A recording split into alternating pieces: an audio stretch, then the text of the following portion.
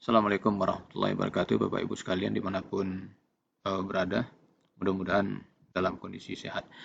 Pada kesempatan kali ini saya ingin menjelaskan sedikit tentang proses pengisian catatan harian selama kita bekerja dari rumah menggunakan aplikasi MyFMIPA. Aplikasi ini adalah sebuah aplikasi yang sedang kita kembangkan untuk menopang kegiatan administrasi di Fakultas MIPA sehingga menjadi lebih efektif dan efisien. Kedepannya aplikasi ini akan mencakup segala hal yang ada di Fakultas MIPA, baik itu kegiatan dosen, termasuk juga kegiatan mahasiswa. Jadi kalau kita lihat di level, di sini ada dosen, jadi kalau Bapak Ibu sebagai dosen, login nanti pilih dosen, kalau mahasiswa nanti dia login sebagai mahasiswa, kalau pegawai, login sebagai pegawai, dan kalau operator, login sebagai operator. Jadi di sini kita bisa lihat ada username dan password. Jadi username dan password Bapak Ibu itu bisa diminta ke operator masing-masing jurusan. Kemudian di tingkat fakultas juga ada satu operator di tingkat fakultas.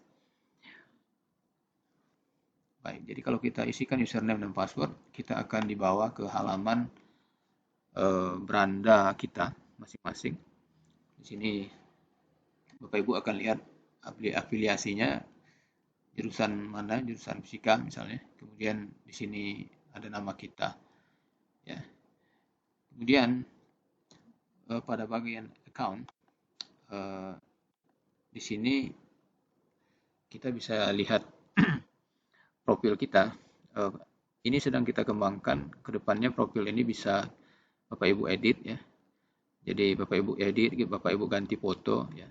Namun untuk saat ini belum bisa diganti.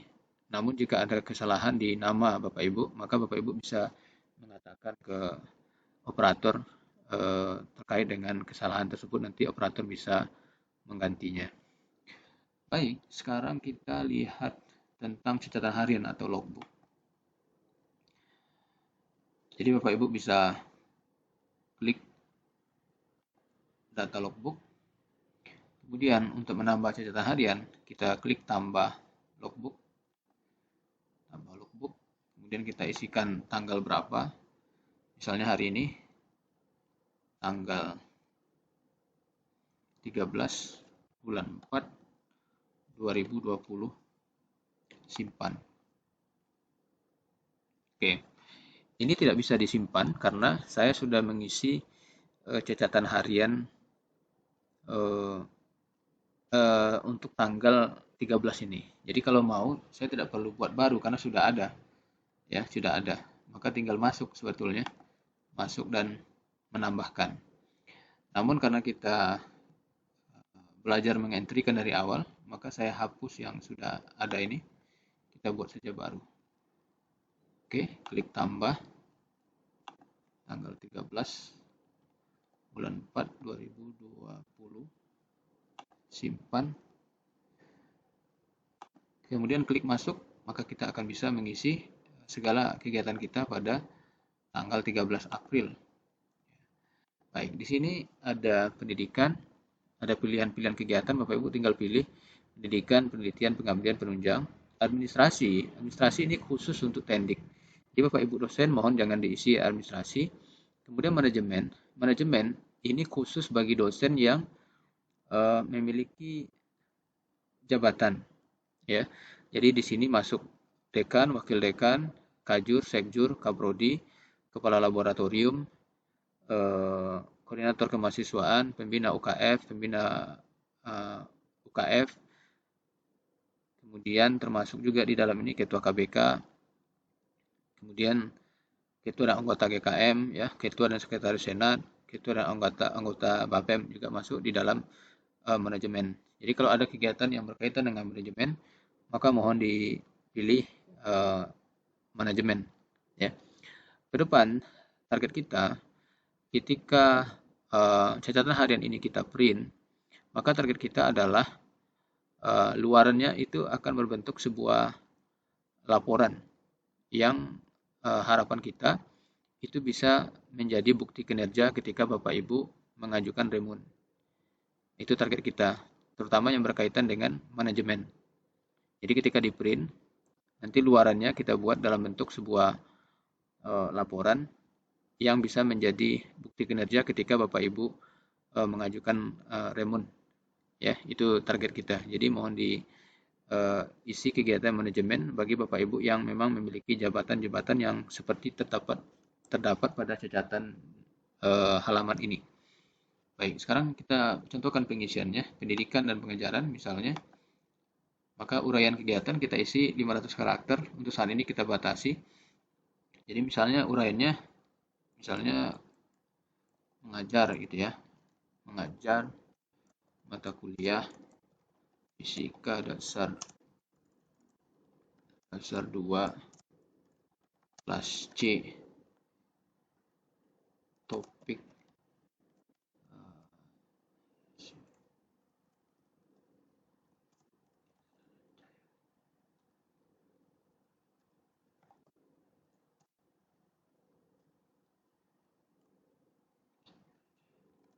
misalnya sifat penjelaran cahaya,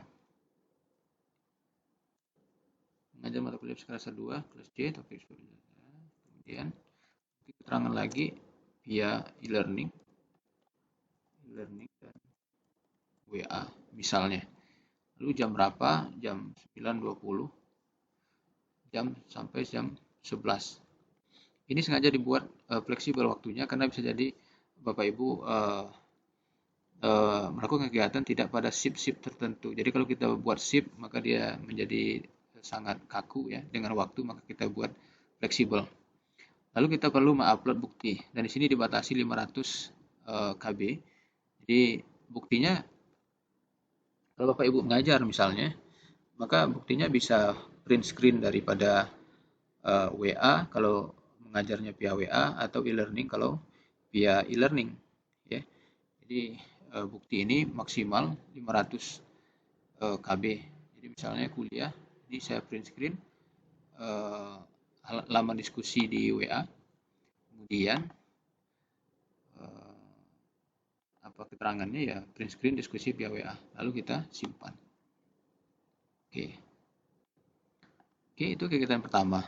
Lalu pada hari yang sama kalau ada lagi kegiatan lain dan mungkin tidak sama-sama pengajaran, maka bisa kita pilih kegiatan lain misalnya manajemen ya, contoh.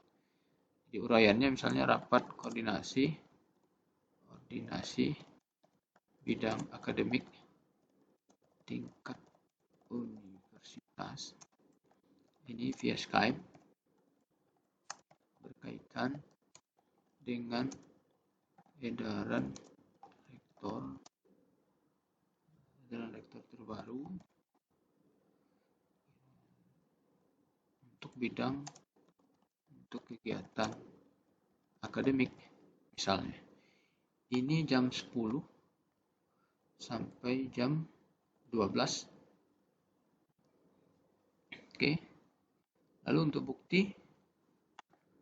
bukti ini juga print screen layar monitor kita waktu rapat. Misalnya. Kemudian buktinya print screen rapat via Skype. Keterangan.